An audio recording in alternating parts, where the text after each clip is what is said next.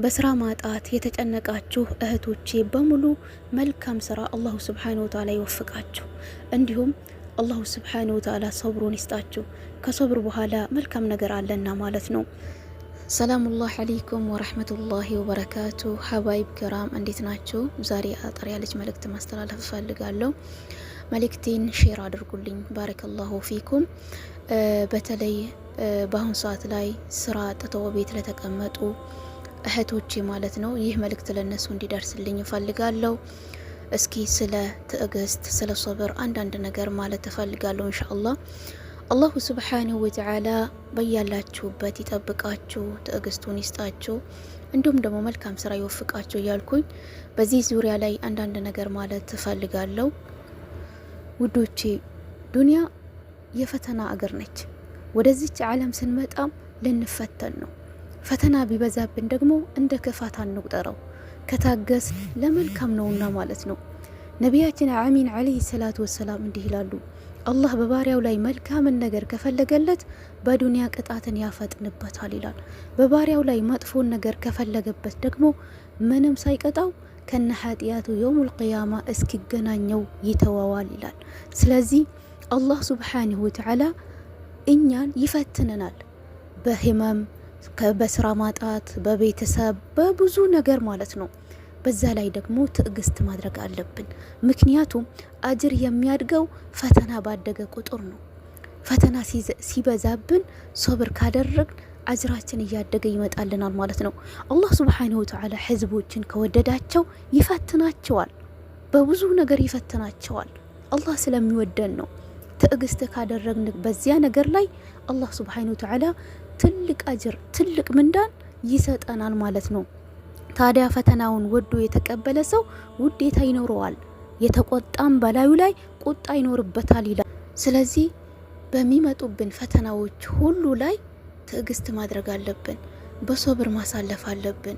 እንዲሁም ወደ አላሁ ሱብሓነሁ ወተዓላ ማቃረብ አለብን፣ ወደ እሱ መመለስ አለብን። ሶላታችንን በአግባቡ መስገድ፣ ሰዓቱን ጠብቀን መስገድ፣ ዝክሮችን ማብዛት፣ ዱዓዎችን ማድረግ፣ ወደ እሱ የሚያቃርበንን ነገር በመስራት አላህን ከለመነው አላህ ሱብሓነሁ ወተዓላ ቅርብ ነው ለኛ ማለት ነው። ዱዓችንም ይቀበለናል። ሶብር የሁሉም ነገር መፍታህ ናት ማለት ነው። ወሊዛሊከ በኢስላም ውስጥ ሶብር ትልቅ ስፍራ ይሰጠዋል። ምክንያቱም የብዙ በጎ ነገሮች ቁልፍ ስለሆነ ማለት ነው። ሶብር ማድረግ ትልቅ ጥቅም አለው። አንደኛ የአላህን ፍቅርና ውዴታን ያስገኛል። አላሁ ሱብሓነሁ ወተዓላ በቁርአን ውስጥ አላህ ታጋሾችን ይወዳል በማለት ገልጿል። ሶብር ማድረግ የአላህን ፍቅርና ርህራሄን ለማግኘት የሚያስችል ትልቅ መንገድ ነውና ልንታገስ ይገባል። እንዲሁም የአላህን እገዛም ጭምር ያስገኛል። አላሁ ሱብሓነሁ ወተዓላ ታጋሾች ለሆኑ ባሮች ቅርብ ነው። ችግሮቻቸውን ለማለፍ እገዛ ያደርጋል። በሌላም በቁርአን ውስጥ በሶብርና በሶላት ታገዙ የሚል አንቀጽ አለ። ይህም ሶብርን ከሶላት ጋር በማያያዝ ትልቅ የአላህን እገዛ የምናገኝበት መንገድ እንደሆነ ያሳየናል ማለት ነው። ሀባይብ የፈለገ ነገር ቢደርስብን ሶላታችንን በአግባቡ ከሰገድ ያ በደረሰብን ነገር ላይ ደግሞ ሶብር ካደረግ አላሁ ሱብሓነሁ ወተዓላ እንዲያግዘን ይነግረናል ማለት ነው። ስለዚህ ሁላችን በሚደርስብን ነገር ላይ ትዕግስት ማድረግ አለብን። መጀመሪያኛ ራሳችንን ማስተካከል አለብን። ሀባይብ ውሏችንን ማስተካከል አለብን። ከነማን ጋር ነው የምንውለው? እንዴት ነው የምናሳልፈው? ስለዚህ አሁን አንዳንድ ሰዎች 24 ሰዓት የሚሳደቡ ሰዎች ጋር ሂደው እዛው ውለው ጊዜያቸውን ያባክናሉ ማለት ነው። ያለ ምንም ነገር በኮመንት እየተሰዳደቡ ሙስሊም እህቷን እየሰደበች በብሔር በጎሳ እየተቧጨቁ እዛው ጊዜያቸው ያልፍባቸዋል ማለት ነው። የዛሬውን ጊዜ በዚሁ ነገር ታሳልፈዋለች፣ እንዲሁም ደግሞ ነገ አከሌ ምን ለጥፋለች እያለች እንደዚህ አይነት ነገር ላይ ጊዜያቸውን እያባከን እንዴት ነው ታዲያ ወደ አላሁ ሱብሓነሁ ወተዓላ መጠጋት የምንችለው? ስለዚህ ይህንን ነገር ማስተካከል አለብን። ምክንያቱም ውዶቼ ዱንያ ናት። ዱንያ ደግሞ ጠፊ ነች። ነገ እኛ ዛሬ አለን፣ ነገ ደግሞ ላንኖር እንችላለን።